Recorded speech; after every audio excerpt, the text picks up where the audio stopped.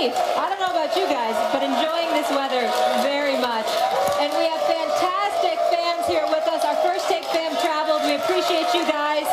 But the good part is we've got a whole nother hour, gentlemen. Stephen A., what's on your mind as we're approaching hour number 2? Well, hour number 2, I mean, I got to touch on Derrick Rose. You do. AWOL for the New York Knicks last night. Couldn't find the man. Yeah, what's going on? I got to touch on that. Max? Where does Nick Saban go from here? Oh, I got an idea about where he goes from here. It's very straightforward. Okay. Stay tuned for that. But meanwhile, let's talk about the divisional round that is coming up in the NFL. After spending Sunday night in the hospital for a significant rib injury, Jordy Nelson was back at Lambeau Field on Monday. Nelson is expected to miss most of the week of practice to rehab the injury, but Mike McCarthy said he would be cleared to play if he takes part in Green Bay's final practice on Saturday. Stephen A., can the Packers beat the Cowboys without Jordy Nelson? We saw the season Aaron Rodgers had without him. They most certainly can, because they had that bad man that is Aaron Rodgers. That's why. I mean, they most certainly can. Now, we will talk about the Cowboys later, a little bit later, in regards to my trepidation, my concerns. But there's no doubt in my mind that the Green Bay Packers can find a way to pull it off, particularly if Ty Montgomery is able to go. Randall Cobb up in there, Devontae Adams and the crew. Let's see what they do. Aaron Rodgers is playing on another level, and he has a way of making average receivers look exceptional because he's just on that level. So going up against Dallas's defense, which is better than any of us projected that they would be. They deserve credit for that, but still not what I would call an elite defense, an elite quarterback like Aaron Rodgers, who's essentially playing with house money, since very, very few people expect the Green Bay Packers to win this particular game because they're a bit hobbled and Dallas is not. I definitely think it's something that Aaron Rodgers could use to his advantage because he pretty much has very, very little to lose right now. Look, the answer is yes. The Packers can still beat anyone. The Packers could win the Super Bowl because that's how great Aaron Rodgers is. I co-sign with that. But there's another reason.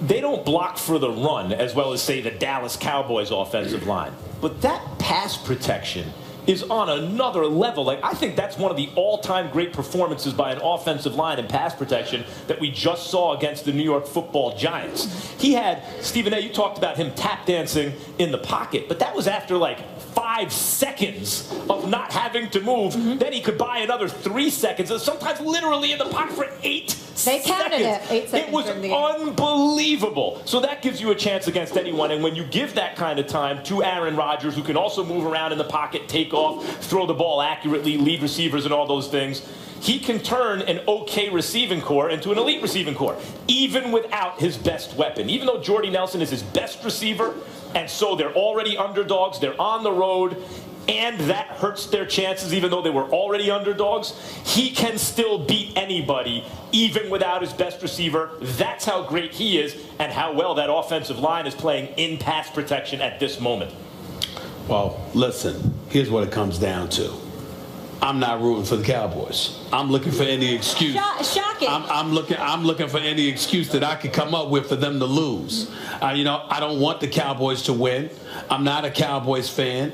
I think their fan base is the worst, most disgusting, delusional fan base in American history. I can't stand them. And anything that's going to make Cowboy fans miserable makes me happy. I don't apologize for it. I'm not going to apologize for it now. The only thing that would make me, feel even better is I almost want the Dallas Cowboys to be winning and for a loss to happen the way Alabama lost last night, so it can break everybody's heart.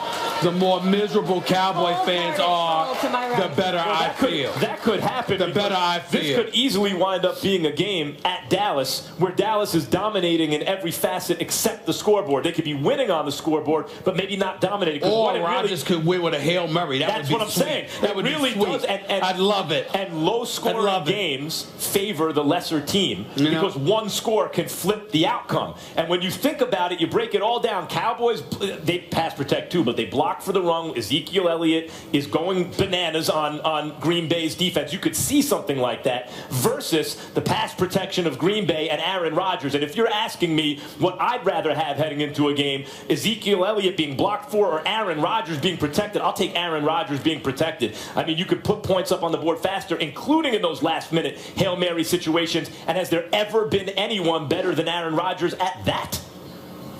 Stephen, I hate to break it to you, the stars seem to be aligning for those Dallas Cowboys. The Giants are out, who beat them twice. Now they're facing the Packers. No Jordy Nelson. I think the people here in Tampa need to hear your favorite song. Mediocre team and Big D. That's what makes this funny. How about the Cowboys? How about the Cowboys? Some way, somehow, when the count just wait, they will let you down. The accident, they will mess it up. Just wait. The accident, they will let you down. Just wait. The accident, right there. That's my jam right there.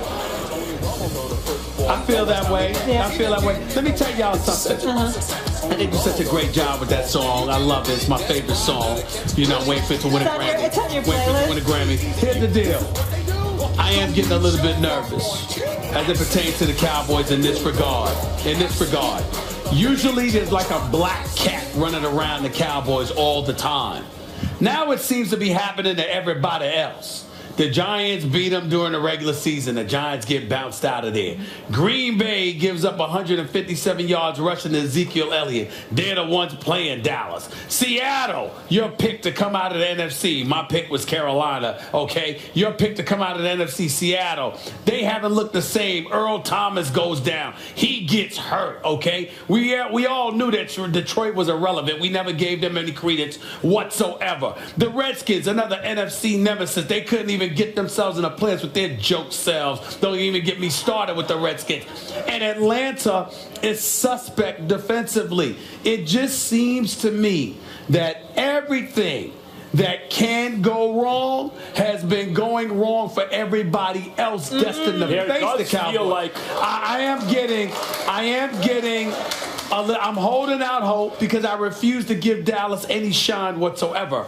But I must confess, I am getting a bit concerned that bad luck seems to be happening to everybody else instead of them. There does feel like a certain kind of sports karma, or at least cause and effect, where it's difficult to pinpoint the exact cause and effect. But I'll say this about the Cowboys. I think things really started turning around for them in terms of the sports karma of it all when Johnny Manziel was on the board. And you know Jerry Jones wanted Johnny Manziel on the Cowboys. How could he not? He must have been salivating. And Stephen Jones insisted on Zach Martin, an offensive lineman who's been all-pro.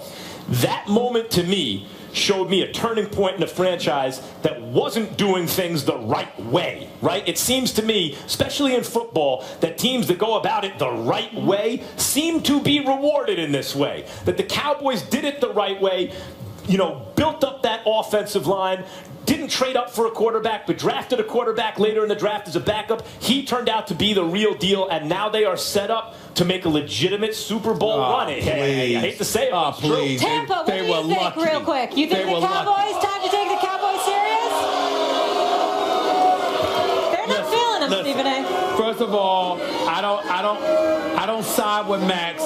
I don't side with Max on that whole Johnny Manziel thing, because after that they went 4-12 because Tony Romo got hurt and they weren't. And they don't happen that day. I'm just saying they lucked up by having Dak Prescott fall, you know, because you got to remember, they were coming off a 12-4 season, right? So you go up to 12-4 season, you beat the Lions in the playoffs, but you lose to Green Bay on a catch that wasn't a catch, etc., etc. Then after that, Tony Romo gets hurt. So if Tony Romo hadn't gotten hurt, chances are you weren't going to be 4-12. Then you wouldn't have been able to draft Ezekiel Elliott. Yep. You wouldn't have been able to draft him number 4 overall, and you probably wouldn't have been in a position to grab Dak Prescott because you wouldn't have known any better. Now, so they lucked I want to up. explain something. Luck. Anyone know the game of chess? Okay. There's something called strategy. That's basically what you're trying to get accomplished. And then there are tactics. That's how you're trying to do it. I do this, they do that, I do this, they do that, I do this, they do that, and I got a piece and I just accomplished my strategy. The tactics is how you accomplish the strategy, right? What you're talking about are tactics. You're talking about, well, if this didn't happen, that wouldn't happen, whatever. What I'm talking about is strategy. When tactics favor you is when the position favors you. When your position is sound, wherever you look for moves, they'll tend to favor you. The Cowboys strategically put themselves in the right position where those kind of things you're talking about will tend to favor them. They have the young offensive line with continuity. I just want to make sure I'm clear. They have the draft pick. I just want to make sure that I'm clear for the crowd here. Yeah. Did you just feel the need to explain the definition of strategy and tactics to the audience? I just want to make sure. I just trying to make sure. In chess, did you just do that? This is chess, not checkers. In chess, you have two different types of players. And strategy. That's right.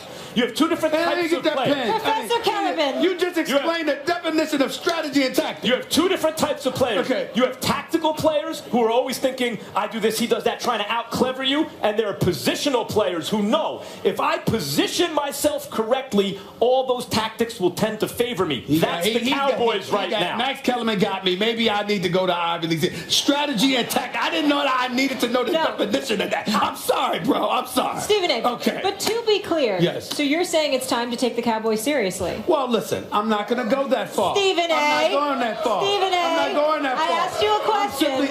I'm simply saying. I could see it in your face. I'm simply saying that luck seems to be flowing in their direction. It's scaring me. I'll answer that. I'll be better suited to answer that question this Monday after they go up against that bad man that is Aaron Rodgers. Before that, the jury is still out. And if they beat Aaron Rodgers, then I'm going to have to sit up there and say that I'm officially concerned. Oh, you and me both, brother. I'm going to have to do that. I'm going to have to do that.